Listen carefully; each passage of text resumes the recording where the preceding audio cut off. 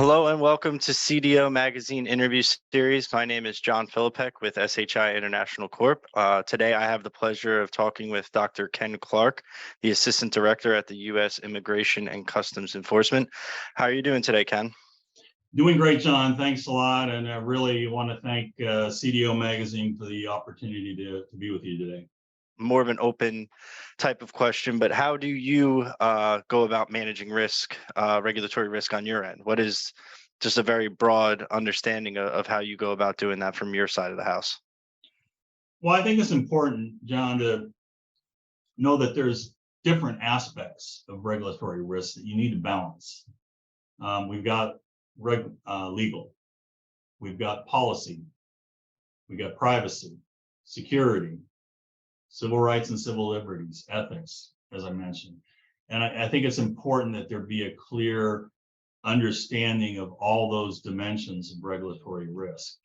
And that's where I see having an information compliance framework is one way where you can bring the representatives of those various disciplines together to work through security. I mean, case in point, we've all heard of recent and not too distant future issues where repositories of personally identifiable information have been released inadvertently. I mean, we get the letters, we get reminded to make sure that we work with the credit bureaus and put the freezes on and such.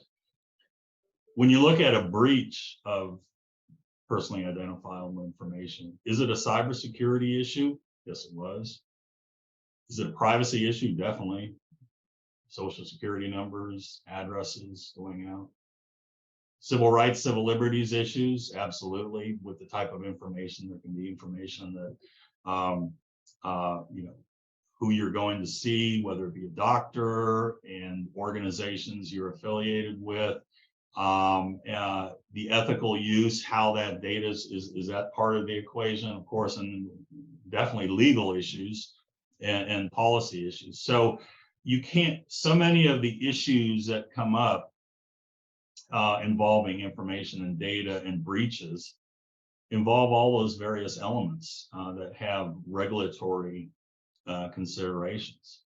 And, I think if you look at, for example, in this special publication, 853, I mean, it's not just an information technology guidance. It's looking at security and it's looking at privacy. And I think even the new, the fifth iteration of it, where they're actually putting more emphasis on privacy considerations is very important. And it's a good example of a way that you can manage regulatory risk, but there's that demystification. One can go out and review the statutory requirements and Code of Federal Regulations and other guidance out there, but having a set of standards and guidelines like we're seeing in 853 is beneficial, not only to our chief information officers, chief data officers, chief privacy officers, the lawyer community, legal community. So it is, it's highly beneficial to have that. And again, configuration management is one way too that you can help manage some of that regulatory risk as you're going forward. And all of those pillars very much so, of course, seem intertwined, and I'm sure that's intentional, right? You can't really protect one without having at least some, foresight on how you protect the other, and you can't, obviously, if you have an issue with one, you're going to have an issue with all of them, as you just kind of laid out there. So that makes obviously a ton of sense. So what exposure is an organization open to if they don't have some of the someone managing the risk specifically?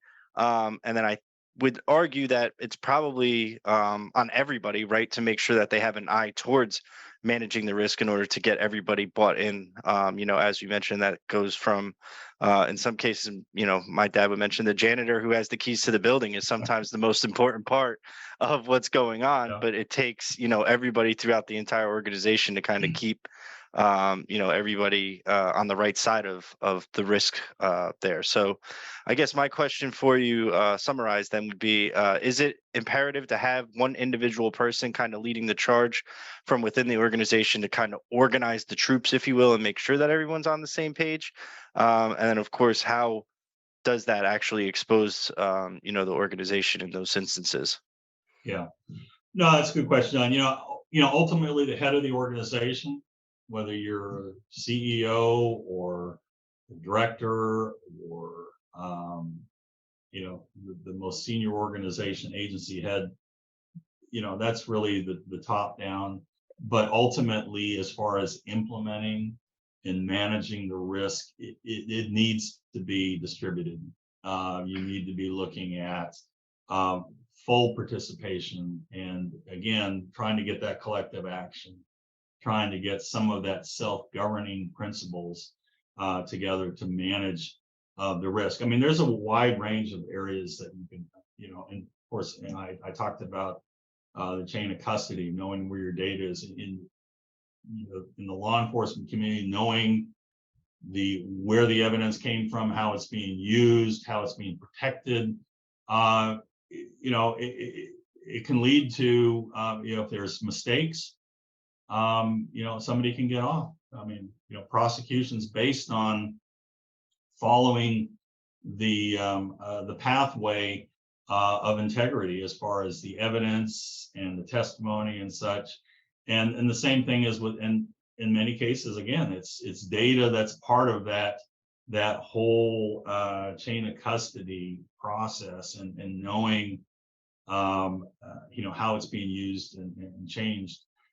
New technologies, you really have to balance the operational use of the technologies, but recognize that some of these new technology, for example, artificial intelligence, the big drive for putting some more automation capabilities in place, but using some of these tools, you've got to have know the algorithms and the parameters of those algorithms that you're using, so you don't discriminate from one group of parties to another, and you need to make sure that that you have considerations of all of those risk areas that are coming through. I mean, what do they say? Risk is probability that it's going to happen and the consequences. I mean, you really need to have that parameter in your business process and your governance process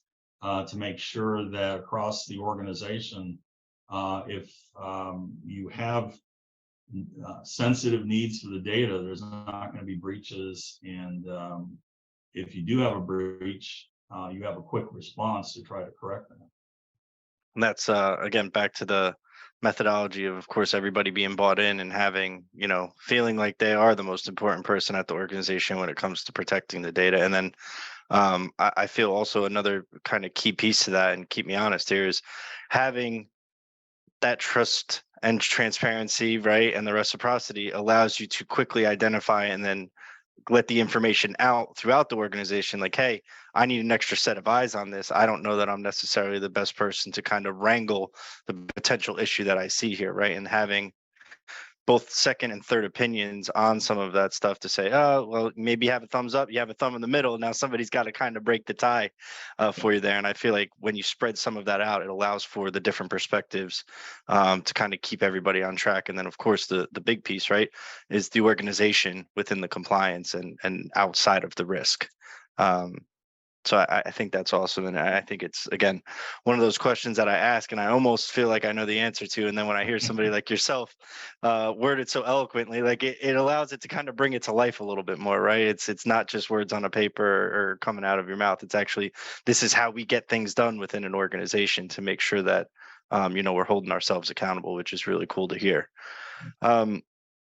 So then I believe I have one more two-parter for you. And then, of course, I'll open the floor Up to you to take any additional notes that you may want to share with the community here. But what basic steps can an organization put into place right away to just improve its overall posture as it pertains to managing the risks? And then again, the two-parter to that would be, which steps do you believe are the most important to start with? Right? There's definitely a couple things that I think if you're starting as a day one person, sure, let's get this in place. But more importantly, what are some of the trends that you've seen that potentially are hindering individuals from getting kind of out of their own way with managing the risk and making sure they might just be so stuck in the way of doing things previously that they can't see kind of the new spin on how managing risk is actually done.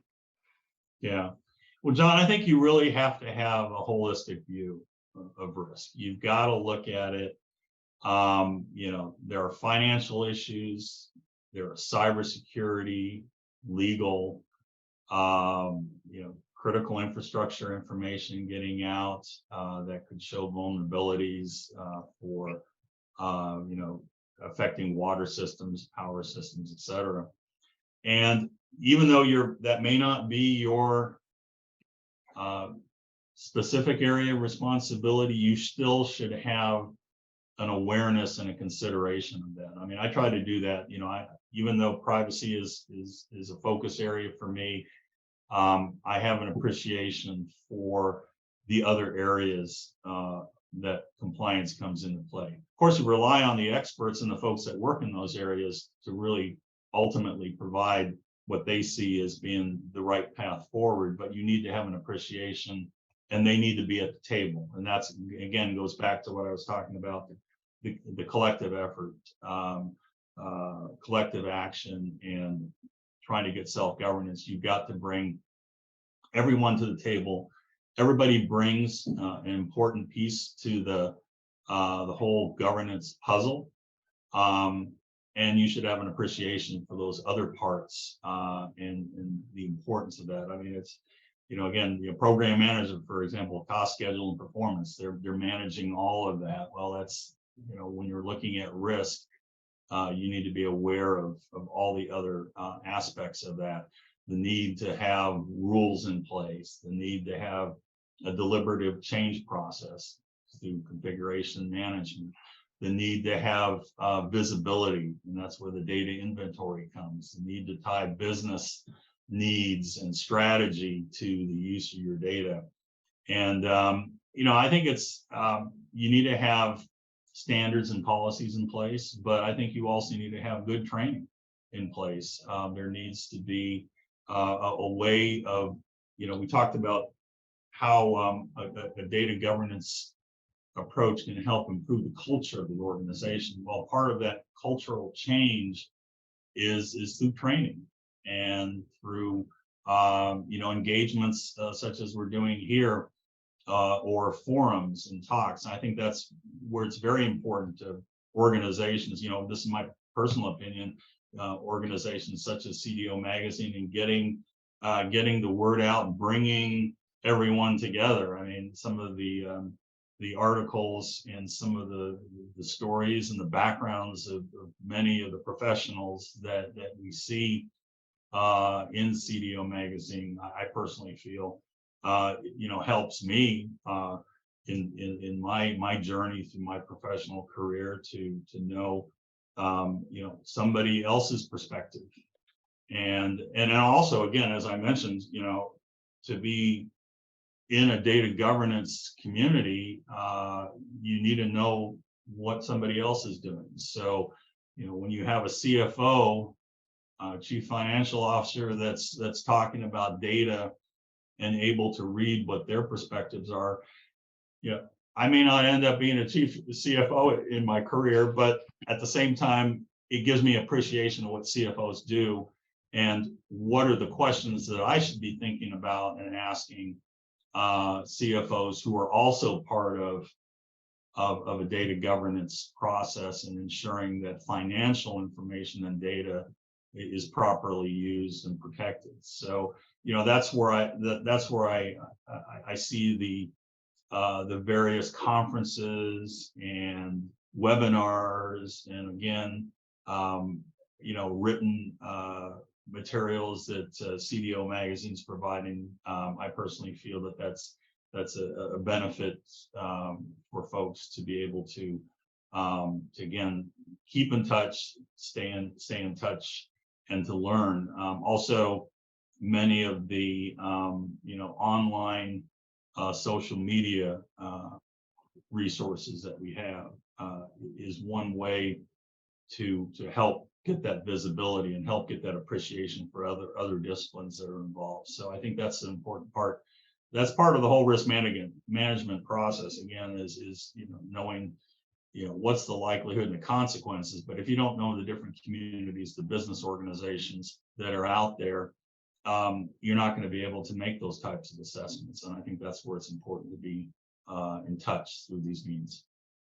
Yeah, and it reminds me of something that I had read, which is you can ask several different business leaders, what keeps them up at night, right? Give me your top 5 things that keep you up at night, and maybe their list of 5 have, some of those things intertwined, but hardly ever do they all have the same number one. They might have, one on their list, but it's at 3 for somebody else.